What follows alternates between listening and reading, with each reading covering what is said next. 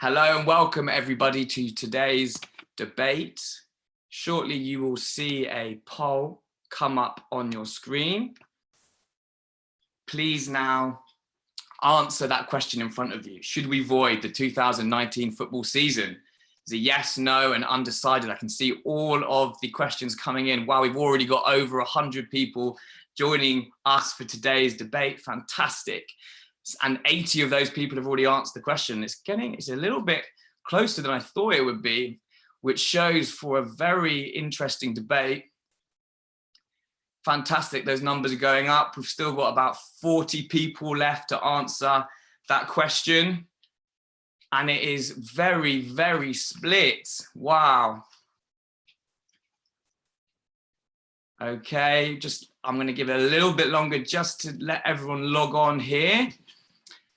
Welcome again to today's debate on this house would void all European football from the 2019-20 season. You have a poll up in front of you to cast your vote on what you think should happen on the future of football. At the moment, we have 35% of people having voted yes. We have 47% of people having voted no, and we have 18% of people undecided. So that's 36 yes, 46 no, and 18 undecided, showing that this is a really split debate and an excellent topic for us all to be talking about. Okay, without further ado, I am going to launch the debate. So we've just got a few more people left to cast their vote. We've already over 150 people on this virtual debate, which is fantastic. We've got about 10 more people left to cast their vote before we start.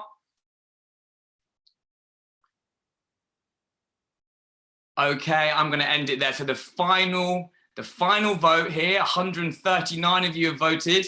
Should we void the 2019-20 football season? That's 35% say yes, 46, oh, it's going up as I look at it. 35% say yes, 45% say no, and 20% are undecided, making for a very exciting debate ahead of us. Okay, I'm going to end that poll now. You can see the results there. Okay, so you can see the results there, very close. Okay, hello and welcome everybody to today's virtual debate. My name is Joe and I'm going to be co-chairing for you this afternoon. We're delighted to be hosting a debate on a topic that's on everyone's lips. This is our second virtual debate. We've delivered another one about 2 weeks ago, which went really, really well. And we've been blown away with the response for this one. So how is it going to work today? We're going to hear from some fantastic debaters, and we've got a very exciting co-chair, as you can see in front of me there. Now, before I go through all of the rules and before I introduce our next co-chair, I'm just going to give you a quick introduction to who DebateMate are. So DebateMate, we're an organization that's been running for about 11 years now. We were set up initially as an educational charity by our wonderful founder, Margaret McCabe. Margaret McCabe was a very successful commercial barrister. She debated every day for a living. And she realized that there was a key set of skills that could help people succeed in whatever career that they wanted to go into. And those skills of being able to think critically, think creatively, influence people with your communication skills, respond to ideas, empathize with other people's ideas, and have a core confidence in yourself. Those skills were essential to succeeding in the workplace. And those were skills that you could learn through debating. So Margaret went on a mission to try and give young people all over the country, no matter what school you go to, what your background is, access to those skills. That's how DebateMate started. DebateMate run after-school debate programs in schools in deprived areas across the UK, debating everything from football to the environment, to political issues, to public health issues. We work with 6,000 young people every single week, and it's an amazing organization. In the last 4 or 5 years, we've shifted from working just with young people to working with adults. And that came from the demand of wanting to hear young people's voice on key issues, but also a recognition that the skills that we taught to young people were very, very useful and powerful when taught to adults as well. And so we were asked by lots of companies that we would work with, could you also teach our staff? Can you turn our staff into amazing debaters? Because those skills are so useful in the workplace. And that's what we did. So since then, we've now started working with companies all over the world, teaching key employability skills through debating. Again, it seems topics like football are universally enjoyed, whether you're a 15-year-old in Hackney or an investment banker in Canary Wharf. Football is a debate on everyone's lips. Now, DebateMate is a social business, so any work we do with companies, any work we do for profit, the funds are redirected back into the charity, and that allows us to work with more young people every week. Okay, so welcome. Thank you very much for joining us. Obviously, everyone is spending a lot of time at home now. They're looking for ways to be entertained, to have debates, and DebateMate are very happy to be a part of that. Football, something that everyone loves to talk about. And when football isn't on, people want to talk about when football is next going to be on, how it's going to be on, and what competitions we will be watching. So here we are today to have that discussion. Now, I am very happy to introduce our fantastic co-chair today. Please put your virtual hands together for the presenter of the Today program, the presenter of the amazing podcast, Political Thinking, the former political editor for the BBC and ITV, and a very long-time friend of DebateMate. Please put your virtual hands together for our co-chair today, Nick Robinson. Thank you very much, Joe. It's a real pleasure to be here. Thanks, Nick. So welcome everyone today to this debate. I'm just going to explain quickly how this is going to work. I will be talking you through the rules of today's debate, and I'm just going to explain quickly how it's going to work. So there's going to be a motion in front of the House. That motion is this House would void all European football for the 2019-20 season. We have 3 speakers on side proposition. They agree with that motion.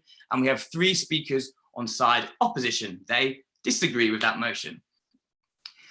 The way it will work is we will hear first from side proposition, then we will cross over to side opposition, back to side proposition, and back to side opposition. We'll then pause for what is called the floor debate. Now, the floor debate is when we come out to you, all the audience members tuned in today, of which I can see is 177 people, which is fantastic. All of you will have the opportunity to ask a question, and you can do that using the Q&A function, which you'll see at the bottom of your screen. So this, as a virtual debate, we can't see you as an audience member, we can't hear you. You can only see and hear the panelists, but you can use that Q&A function at the bottom. So if you have a question that you would like to ask, you can use the Q&A function there at the bottom. We've been blown away with the amount of email and Twitter questions that we've received, and we'll hopefully get to as many of them as possible. So after the floor debate, we'll go back to the debate and we'll have 2 summary speakers. The summary speakers will then summarize the debate and close why they think they should win today's debate. Now, one more thing just to announce before we move on is that when one of the speakers is speaking, they can be interrupted by another speaker. That's called a point of information. Now, in the real world, in real life debates, you do a signal with your hand to show that you want to do a point of information. But today, we can't do that. So what will happen is people will just unmute and they'll say point of information, and then they'll remute themselves, and the speaker can choose to accept or reject that. That's pretty much all of the rules. Remember to use that Q&A function. Remember to listen out, to ask a question during the floor debate. We've got 178 people signed up.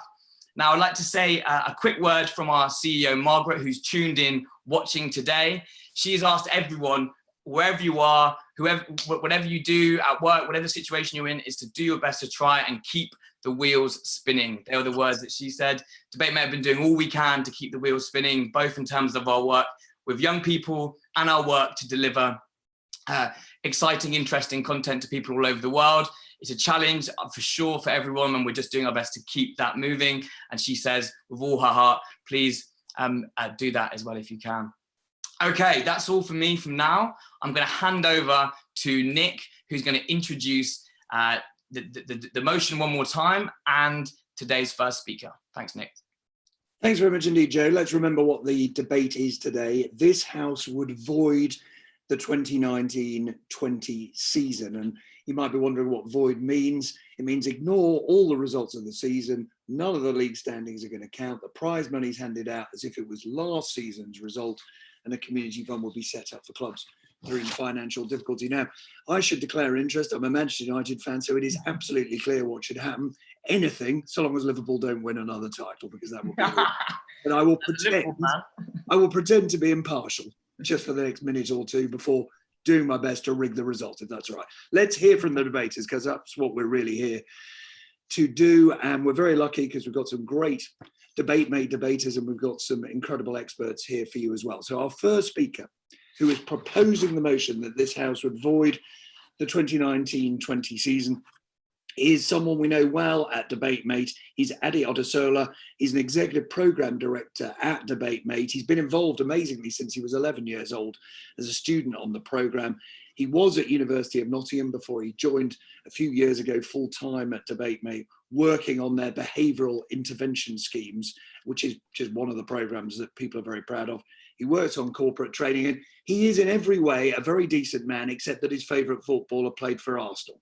Now, tricky, it's Patrick Vieira. Clearly Roy Keane was much better, but he's doing his best. Let's get the first motion, first speech for the proposition. You've got 3 minutes starting now, Adi. Thank you very much, Nick, for that. And hello to everyone who's watching online. The position on our side of the debate is very clear. We think that football is going to come home eventually.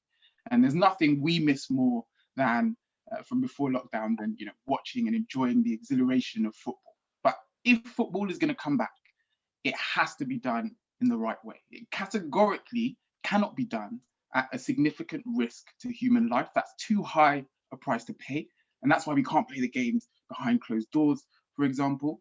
If it comes back, it categorically cannot be in a way that jeopardizes the honesty and integrity of the game we love. And that's why we can't play the games behind closed doors without the fans, who make such a big difference, the 12th person, as it were.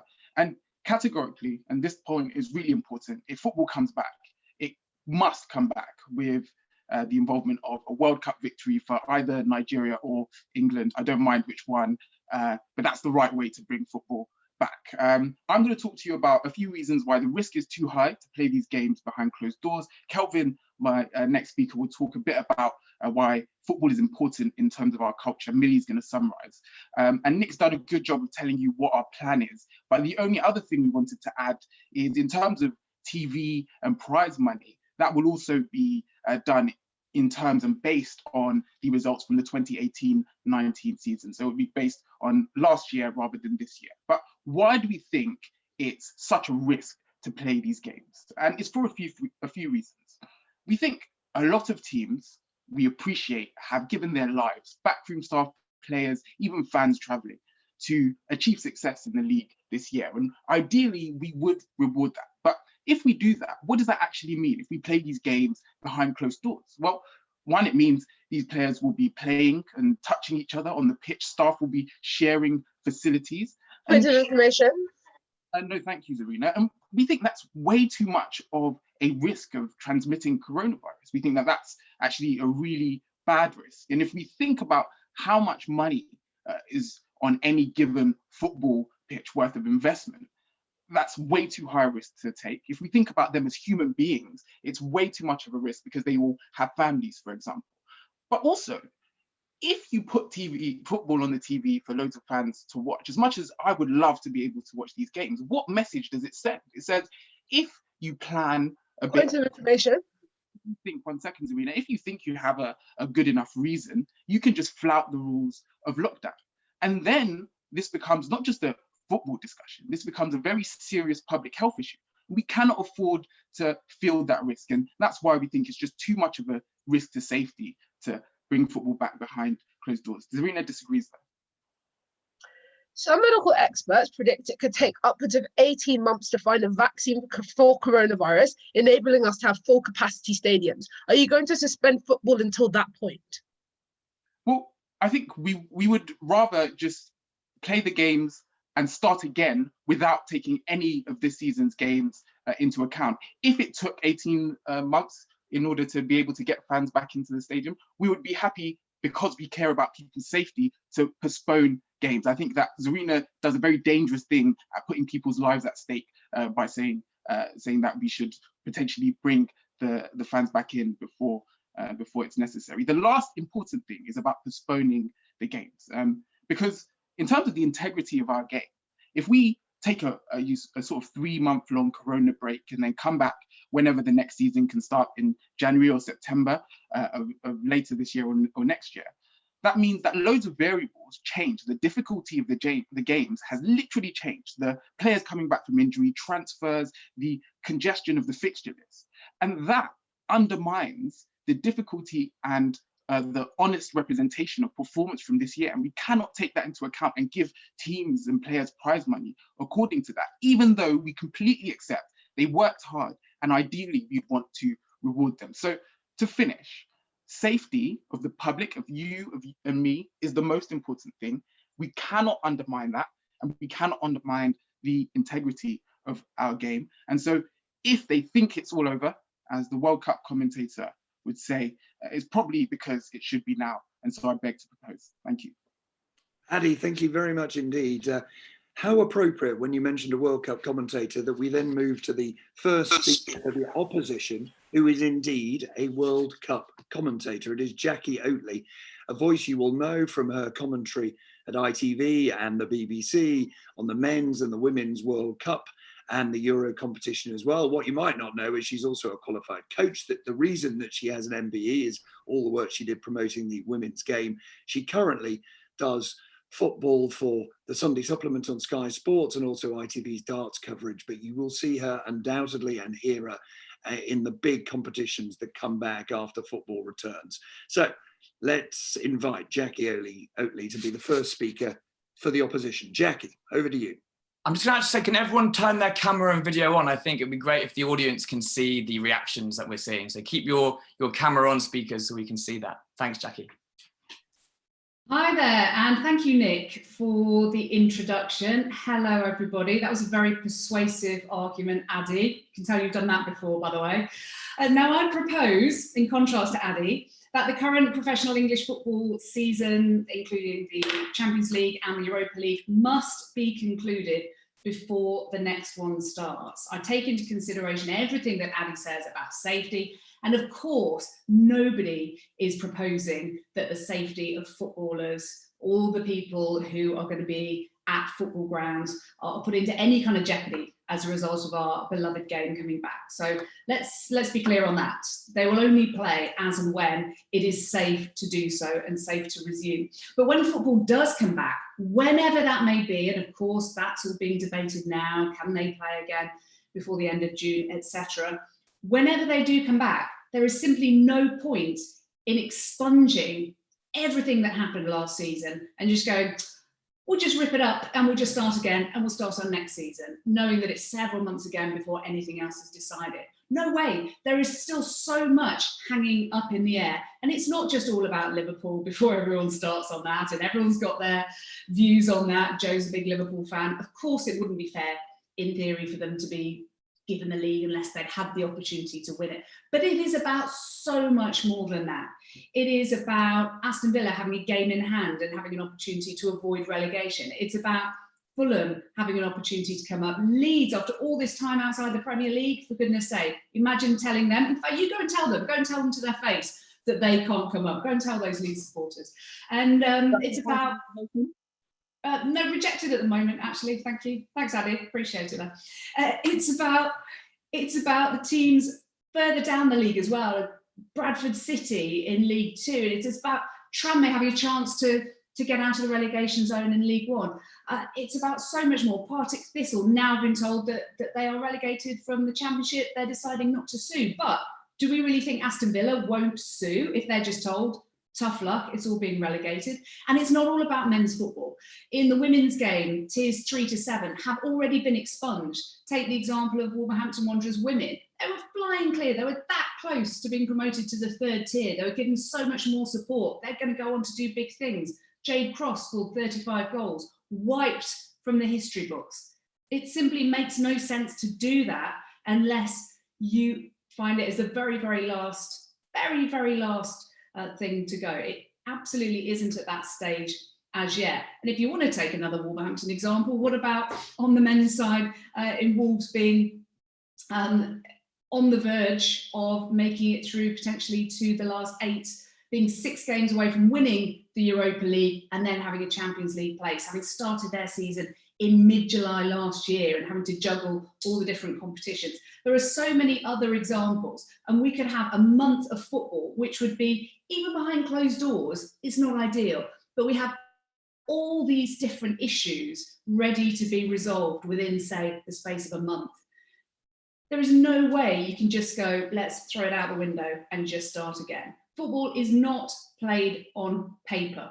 It is played on grass, and it is played with emotion. It is played with passion. And if it is humanly, physically possible to finish the English Football League season and the Champions League and the Europa League with fairness, then that has to be the only solution, unless it's simply not possible. Point of information, Jackie? If we play the games later on in the year or next year, do you think the results will at all be affected by the fact that players come back from injury, transfers, that sort of thing? And do you think that matters to the integrity of the competition? Oh, you just have to, it's not perfect, is it? It's not perfect. Players are all going to be in the same situation, that while they've been away, they've had to keep up their fitness. You know, the Euros, it happens to be a matter of good fortune that Rashford and Kane should in theory be fit for the next year. But you can't help that, can you? There's nothing you can do about that. All you can do, one of my favourite sayings in life, I'm always telling my husband, control the controllables. That's all you can do. And as things stand, you've got to make it as fair as possible for this season to be concluded. And even if, I may make just one point, even if, and it has been mooted, perhaps it takes till the end of this year to be able to play the rest of this season. And then we could have a situation whereby we have a couple of calendar year seasons leading up to Qatar 2022, which is another issue that has to be sorted out. Thank you, Jackie. Thank you very much indeed. Perhaps we can get your husband in and he could tell us what he says when you say control the uncontrollables, because I can imagine. May not be broadcastable, but I can well imagine. Now let's go to the second speaker on the proposition side of the debate. It's Kelvin Amin. He's a former debate mate student. He competed when he was at school in Dagenham at the Robert Clack School. He went on from studying history and war studies at King's College in London to do the European Debate Champions. He's a solicitor now at Clifford Chance, and I don't know what's going wrong with this debate, but he's another gooner by the looks of it. Thierry Henry is his favourite player. Over to you, Kelvin. Thank you, Nick. And Thierry Henry should be your favourite player too, I might add. But ladies and gentlemen, we all know football is going to come back one day, and we can't wait until it does. But as Ade made very clear in his speech, the safety of club staff, the safety of players has to come first. Otherwise, what really is the point? And in my first point, I'm going to talk about how this is, if the season isn't voided and we do try and carry it on, how it's going to damage the reputation of football worldwide, and especially English football. In my second point, I'm going to talk about how voiding the season will actually help clubs in the Premier League that are struggling financially. Why now is the time to solve some of the fundamental problems wrong with football. And especially English football. But before that, I just want to respond to some of the points that Jackie raised. Firstly, on the point, her first point about how we should, obviously we're only going to play when it's safe, but that's going to be incredibly hard to guarantee in the next year. If you're going to try and play the current season in the next year. As Zarina pointed out in the point of information, we're not going to have a vaccine for at least a year. Getting towards 18 months. So it's likely that by the time that but by the time that it's safe to play, you might as well just carry on. You might as well just start a new season, because as Ade pointed out in the point of information, the integrity of this season, all the factors, all the players that are currently present that have contributed towards their team's positions now might not be around. Some of them might not be at their clubs. So clubs are going to change so much, conditions in clubs are going to change so much, that we don't think that it's actually a good idea to carry on with the season. On Jackie's point about smaller clubs, I'm going to cover that in my second point. But we imagine that the leagues aren't just going to let their smaller clubs sink and die. Manchester City and Liverpool can't just play against themselves. We're going to need the smaller clubs there in the leagues when all this is said and done. So we don't think that they're just going to be left to fend for themselves. We imagine. One second, Serena. We imagine something like a community fund might be set up to support these clubs. Yes, Serena. What would you say to a player like Troy Deeney, who is literally begging for the season to be resumed because the professionals respect the fact that in order to restore the integrity of the game, you have to finish the season?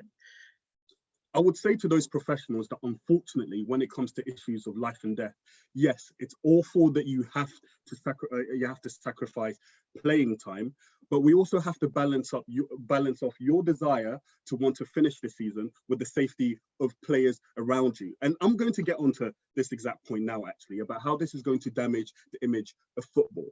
Football, and especially English football, has an unrivaled and excellent reputation. It has history, it hosts a diverse world-class talent, and it has a global fan base. As such, even people that aren't really fans of football like that respect it, because they see clubs giving back to their communities. They see clubs embedded in their communities and helping grassroots projects. At a time when everyone is making a sacrifice, staying at home to keep other people safe, we think it is unconscionable, and we think that it's going to damage the image of football when it does come back, if the league isn't voided. To say that footballers are somehow special, or football should be treated specially, we think is going to be a very dangerous message to send. I didn't quite get onto my second point, but it will come up throughout our speeches. So thank you, guys. Kelvin, thank you very much indeed. Let's move on to our next speaker then, who is the second speaker on the opposition side, Henry Winter. Now, there is a fight in my house to read Henry's columns first. There was a fight when he was at the Telegraph. There is even more of a fight now. He's chief football writer for the Times. I think his books litter the house. I know it looks like we only read Ladybird books behind me, but we do read football books. 50 years have hurt the story of English football. Henry wrote, along as well as ghostwriting a number of big name footballers' autobiographies. He's fantastically busy today because of the sad news that one of the victims of the coronavirus is a great of our era, Norman Hunter, a giant of the game. So we're particularly pleased that Henry has stuck to this commitment and has given us his time. Henry, your turn to take the floor. Hi, Nick. Thanks very much. And hi, everyone. Hope you're all safe and well. That's the most important thing. Debates like this are brilliant. But first and foremost, the thoughts are with the family of Norman Hunter, who sadly passed away from coronavirus. And also with, I'm sure everyone was out sort of saluting the nurses and the NHS last night. And just look, Ade and Kelvin, I heard your testimonies. I think it's absolutely, you spoke so eloquently. I can see why you're skilled practitioners of this, but this is not a question of safety. This is not an argument about safety. The football will return at some point. We all accept that. The debate that's going on amongst the Premier League today is about exactly when it should return. So I think it has to return only when the scientists, only when the medical experts, only when the doctors and nurses have decided. So this is not a debate today about safety. Football will return when people can decide it's safe to do it. And if that means football returning halfway through what is ostensibly next season, then fine. But why should we write off a very good season in 2019, 2020, just so we can start the next season at some point? I think everyone listening here, everyone involved in this debate have got a responsibility. And this responsibility is, when we talk to future generations, when we talk to our friends, when we talk to our children, and they say, what happened in the 2019-2020 football season? We can look them in the eye and said, we completed it. We didn't bottle it. We didn't surrender.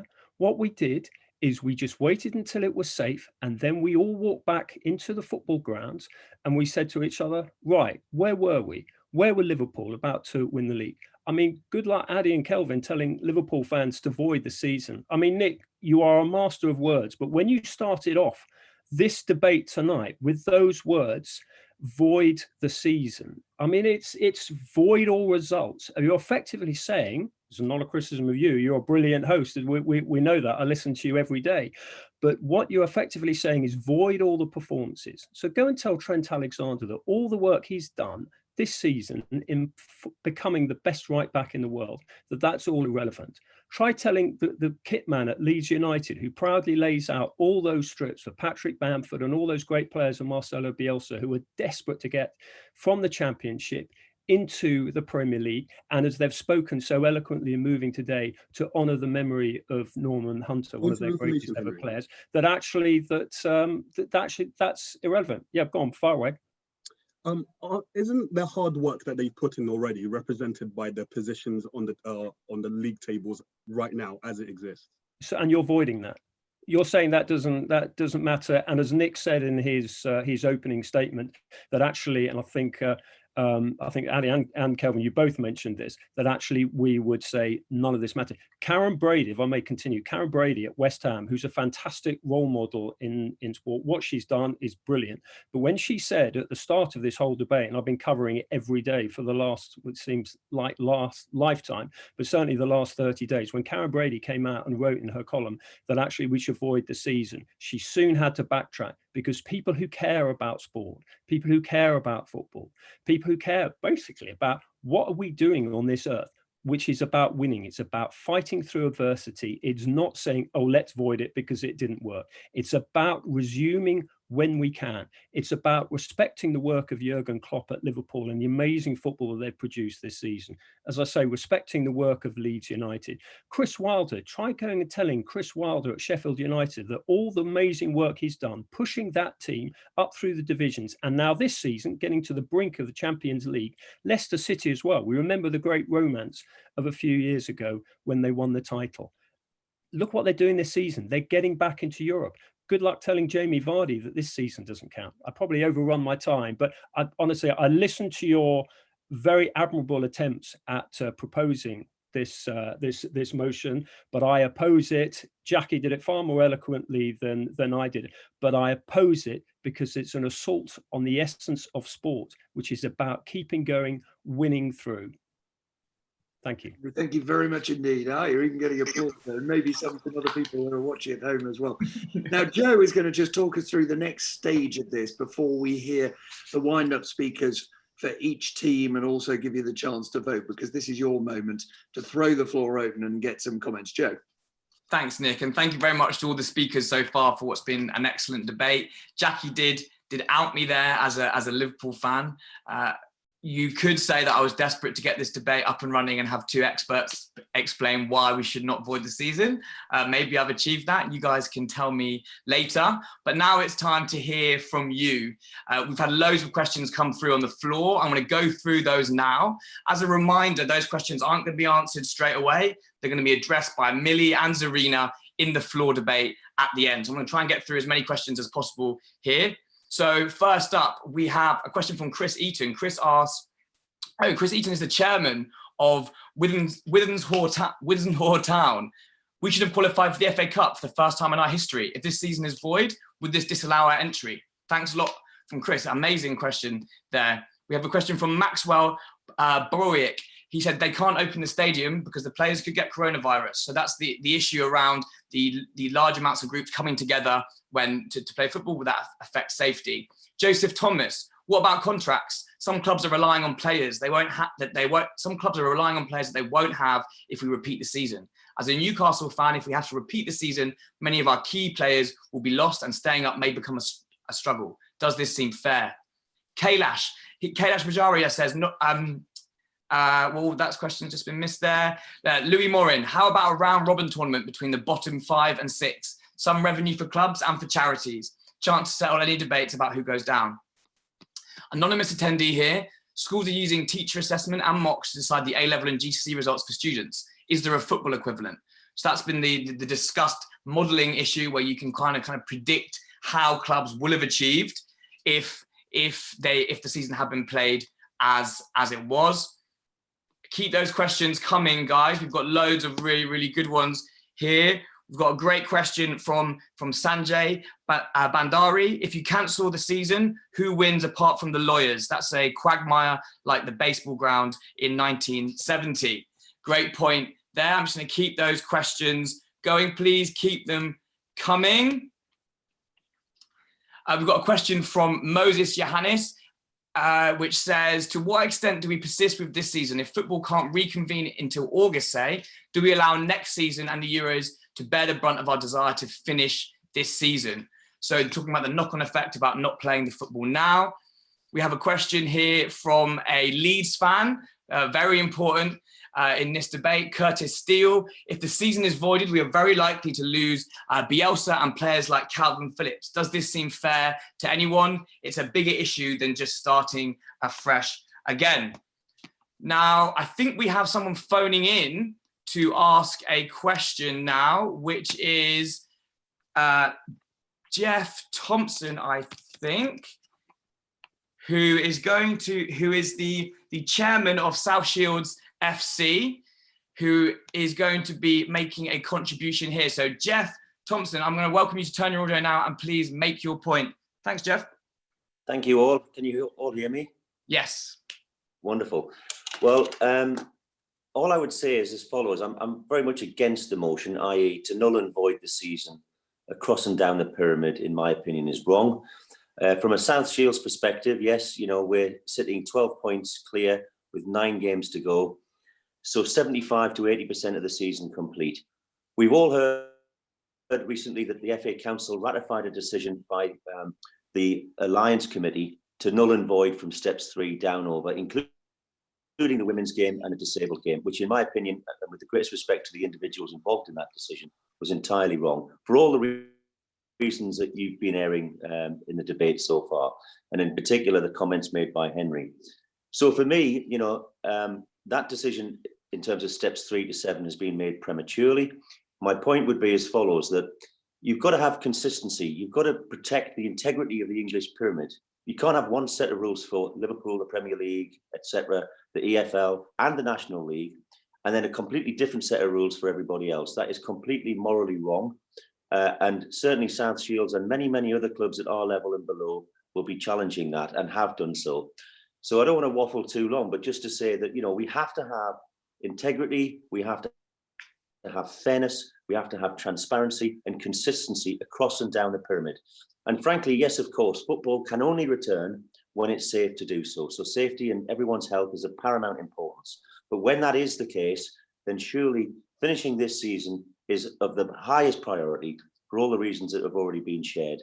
And finally, just a consistent approach. If you compare what the steps 1 and 2 board have done, they've had the integrity, in my opinion, to propose a resolution. They've put that resolution to all of the teams that have been affected, and they're allowing that set of teams to vote on the matter, and then thereafter to consider how to end the season. So the resolution being to end the season now, but then to decide how best to conclude it thereafter. So you compare that approach to what happened with us, which was simply, we got told on social media that our entire efforts have been now made null and void. So thank you for listening. That would be my point: consistency and fairness and transparency. Thank you so much there, Jeff Thompson. Thank you very much. And we now have to quickly say goodbye and thank you to Henry. Henry has got an interview at 2. He squeezed us in his very busy schedule. So thank you so much for that amazing speech, Henry. Give him a round of applause. We've actually had a few more guest speakers come through. I think we've got Alison Bender as well, friend and colleague, I think, of Jackie's. Another amazing sports journalist to be joining us. Alison, I think you have the floor now, if we can just check that. Hi Joe, can you hear me? Yeah, loud and clear, thank you. Yeah, I really enjoy listening to the debate, and I actually put myself as undecided at the beginning, so it'd be interesting to see if this kind of debate changes me at all. One of the things that I'm really curious about is, obviously, because nobody knows exactly what's happening, we have no idea what date we'll be able to kind of get back again.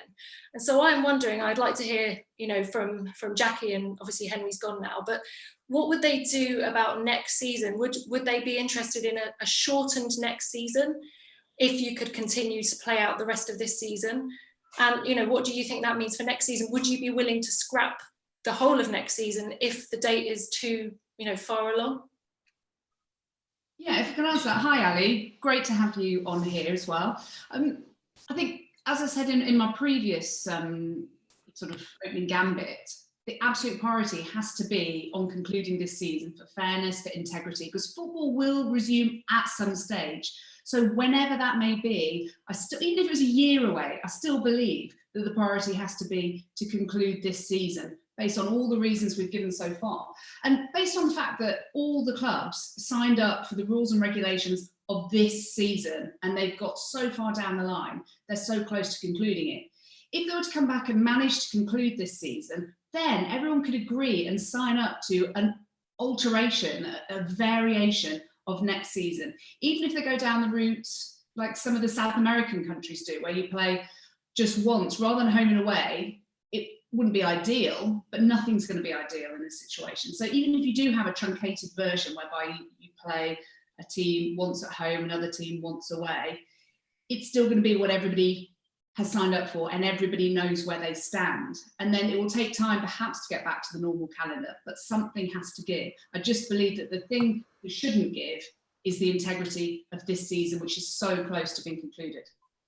Thanks a lot, Jackie, and thanks a lot to Jeff and Alison. We've got just a few more questions in before we go to our summary speakers. We can't get to all of them, but we do have a question from Ian Doyle from the Liverpool Echo as well, who's dialed in. Thank you very much, Ian. I'm a big fan of the Liverpool Echo and your work, obviously.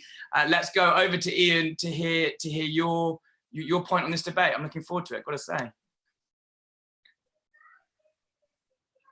If you unmute yourself, Ian, we should be able to hear you.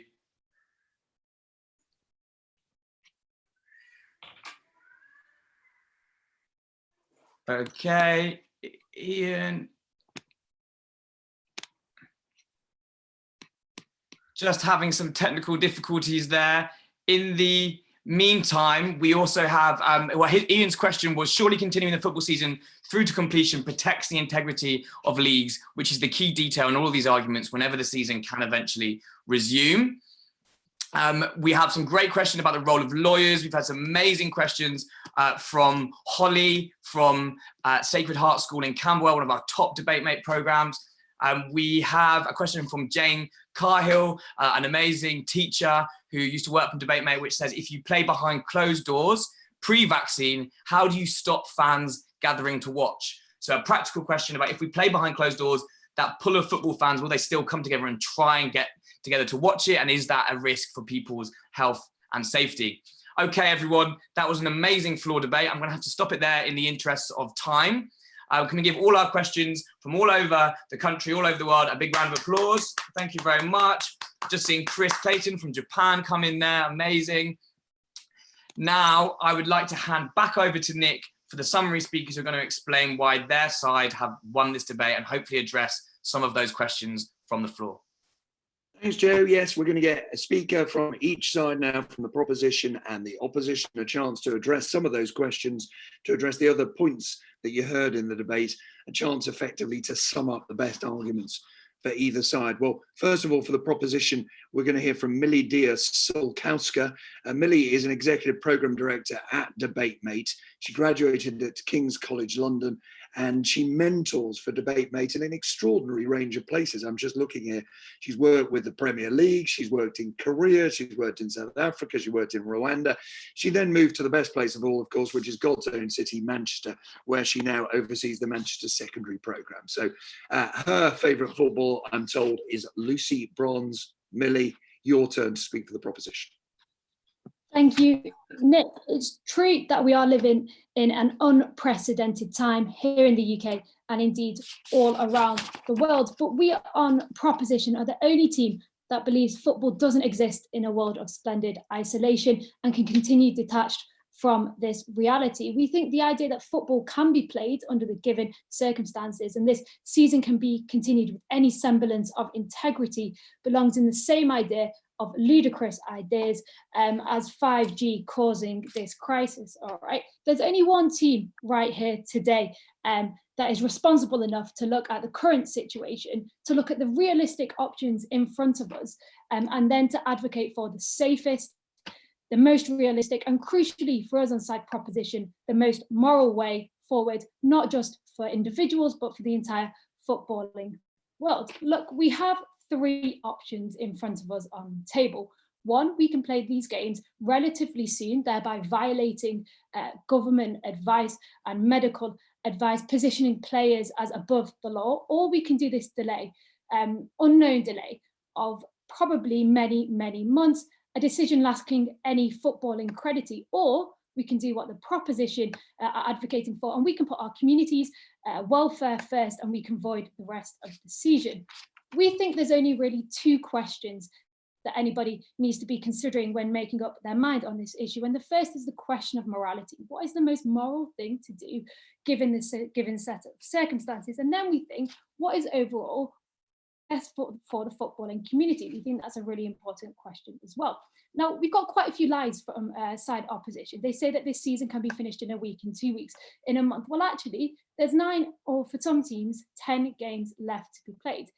Given that players will be now unfit, they'll need to train, they probably won't be up to playing 2 or 3 or 4 games a week. And therefore, it's going to take up to 2 months realistically to finish this season. Now, Premier League clubs want these games played by the 30th of June to avoid a legal quagmire of contracts and player transfers. That realistically means that we're going to have to start playing these games in 3 to 4 weeks' time, just after the lockdown, the current extended period of the lockdown.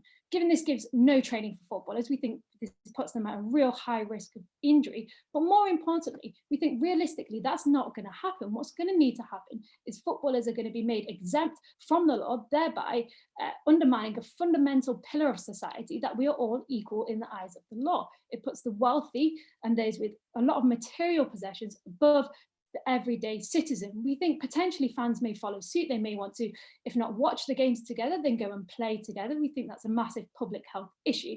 And we think that then impacts the image of the Premier League around the UK and around the world. We think there's also a secondary issue, because what is lost when football's attention goes to playing these games? Well, the stadiums and the resources that football clubs have given to the NHS and has given to local communities, they're then retracted because they need to be put into winning these games. We see the platform that players are using in order to advocate for things like feeding children. Marcus Rashford is doing that. His attention can't be on that anymore because he has to go and play football games. So we think there's actually a real human loss to the current efforts to combat the virus as well. But thirdly, Ade told you, we think of players as human beings. Clearly Opposition doesn't, because we think asking players to leave their families, to put their players at risk, we see they aren't immune from the virus. We think that is morally reprehensible, and that first and foremost, we should respect players and we should respect their welfare. If you want entertainment, you can go and get a Netflix subscription or an Amazon Prime. They have great footballing documentaries there. Let's go to this question about practically what's best for football, though, because it's really important that we maintain integrity. And we think any season that has 2 months breaks, that has different squads, that removes the benefit of home advantage, isn't really a season that's been continued at all. We get a really good point from Jeff about the impact on the lower leagues of football. Well, football leagues all around the world have been suspended. People cannot play the game. We see no reason why that should be less true of Premier Leagues than it is for university teams and their like. We think this gives you an option right now to readdress some of the inequalities in football, to restructure the financial systems that have put clubs in precarious positions, and also to genuinely focus on initiatives like Kick It Out, to focus on grassroots football, to invest genuinely in the women's game. Jackie, you talked about Wolverhampton Wanderers. Well, they have enough money to invest in that women's team, regardless of the outcome of this season. And we think actually the biggest barrier to progression on these issues isn't the current situation. It's actually the structures of the clubs, the structures of the leagues themselves. And we think we can tackle some of those things, given the break, given the space and time that we have. All right. And so if you as audiences, you want footballers and clubs to continue to contribute to the effort to fight back against the virus, if you think that players are human beings too, and you want that more resilient footballing industry that we're advocating for, there's no choice but to vote for this motion. Millie, thank you very much indeed. Just in case you're worried about Joe being a non-neutral co-chair, he wasn't in fact applauding, he was just saying it's your time's up. It was time to move on. That's what that signal was. And it is indeed time to move on, because I know many of you have got to go by about 2 o'clock, and we want to make sure that you get the results as well as hear the final speech. This is the final speech for the opposition side. You've heard from Zarina already in intervention, Zarina Belgam, who is an assistant programme director at DebateMate. It will not surprise many of you watching to learn that she was captain of the England team at the World Schools Debating Championship. She was awarded the top speaker at the Oxford Schools Championship, which is the key award, and she is now going on to study economics and management at Oxford University. So that's where I learned my debating, and very valuable it was too. Zarina's favourite footballer, no United fans, whatever is wrong, is Raheem Sterling. Zarina, over to you. Thank you, Nick. Just to say, I am a Man United fan. I just happen to like Raheem Sterling, even though he plays for the enemy. I know it's wrong of me. Ladies and gentlemen, I just want to be very clear about something, because we've said it down the opposition bench, and that is that this is not a debate about safety. When the government says that players can reconvene and play the game, we will play the game. We will do it as soon as we can. If in some circumstances we have to have closed stadiums, we will do it to minimize risk. This is a debate about whether, when we continue football at the point that we're allowed to, we should start an attempt to resume the current season, which is already 85% of the way through, or we should just draw a line in the sand and absolutely hurt all of the teams, no thank you, who've worked so hard through this season. So I'm going to think about this debate in 3 ways. Firstly, let's think about integrity. Secondly, we'll talk about the timeline and what we in opposition envisage will happen in the world of football in the coming seasons. But finally, we'll talk about safety. When we think about integrity, I think it's important to understand that opposition wanted to talk to us how integrity might be lost. You might get new transfers or players' contracts running out. But I think what a situation which has the least integrity is a situation where you void the entire result of an almost complete season, where a team who was near the bottom of a league is given a whole season and 2 transfer windows to make a run for promotion in a league, where a team who was automatically promoted, mathematically impossible for them to not get promoted, now languishes near the bottom because they have to settle their debts, because they spent a lot of money trying to push for promotion. Obviously, no situation is ideal, but the worst situation for integrity would be completely disregarding the efforts of 85% of a season. Secondly, on a timeline for the next season, even if we can only continue games in December or in January, we think that that is better, and we should finish the season we have now. And what side proposition didn't want to tell you about is the fact that because coronavirus might be a very long-term issue, they can't guarantee that they're going to have a very smooth and clear footballing calendar next season either. So even if they void this season, it might still be the case that next season has problems. No, thank you, that you have to reschedule and reschedule and reschedule. As Jackie said, it's far preferable that at least when we reschedule next season, having played out this season, all clubs start from the point of agreeing with as to what you should do, as opposed to throwing this on clubs at the last minute because of coronavirus. But you disagree, Millie. Yeah, so what the situation that you're advocating for removes the home advantage of teams. With teams like Bournemouth getting over 80% of their points at home, how is any decisions in stadiums played without fans, how does that have any integrity? Yeah, the situation you're advocating for is a whole promotion getting taken away from Leeds. I think that's far worse than not having a home advantage. Obviously, no situation is perfect, but your side literally deprives clubs of the right to reap the rewards of 85% of a season. The final thing I want to say is that footballers have worked so hard up to this point, and the majority of them want the season to resume. So it was weird that Proposition wanted to talk about footballer safety or their health. They are professionals who want to bring joy and normalcy to people in these unprecedented times. So why don't we let them help us through coronavirus and bring back the game? Zarina, thank you very much indeed. That is it for our speakers. In a moment, Joe will give you the chance, if you are watching rather than participating, to have your say, and we'll be able to tell how different your view is, having heard the speakers, to what it was before. Let me just say, I think we've got some extraordinary speeches that we've heard there. There on your panel, on your screen, is the chance to vote, to give a poll. So you vote while I'm talking, it'll give you a chance to vote, and then Joel could bring the results. I just wanted to say a couple of things, how impressive the quality of the speakers was once again at Debate Mate. It always is. And the great power with which people spoke, the clarity with which they spoke. And also I thought, if I could particularly, it's always invidious to pick anybody up, but Zarina used her interventions incredibly powerfully to make pithy points in order to put people slightly on the back foot and put herself on the front foot. But I think on the one hand, you heard that sort of passion about safety from the proposition. On the other, you had that passion, I think, from the opposition about the integrity of the game and not voiding the work, the passion of someone in the boot room or on the pitch. Now it is your chance to have your say in the vote. Over to you, Joe. Thanks, Nick, and thanks a lot to all of our speakers, especially to our guests, Jackie, Henry, and Nick. Can we give all of them a big round of applause, please, wherever you are in your homes? Thank you so much for giving up your time in this very busy period. We really appreciate it. And Jackie, amazing debating. I know it was your first time doing a debate or even seeing a debate, so thank you so much for giving your time and skills. Okay, the poll is now looking slightly more one-sided. It seems that the debaters have done a pretty good job at making up people's minds. We've had almost everyone vote now. Can I just say we've had 170 people tune into this debate for the entire time, which is really, really amazing. And thank you everyone at home watching for spending your Friday lunch with us. I'm now going to launch the results. If you haven't voted, your last chance is right now. We've had almost 9% of people voting, so this is pretty conclusive. Here we go. Share the results.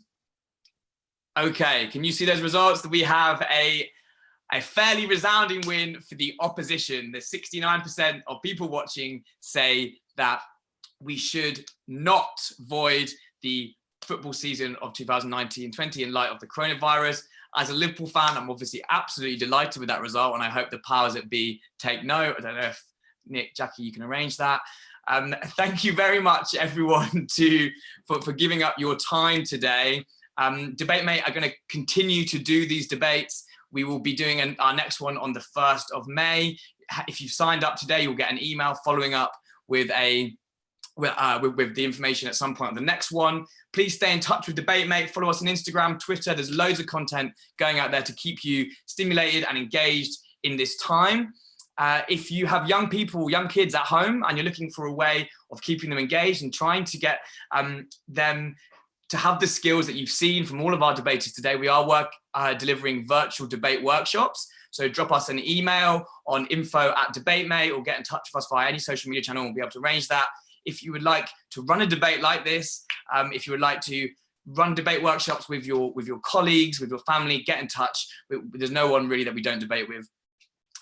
Thank you very much, everyone, for joining us today. Thank you so much again to Nick, Jackie, Henry, Millie, Kelvin, Zarina, Ade, and everyone at home. You've been amazing. Thanks a lot. Take care and stay safe. Thank you.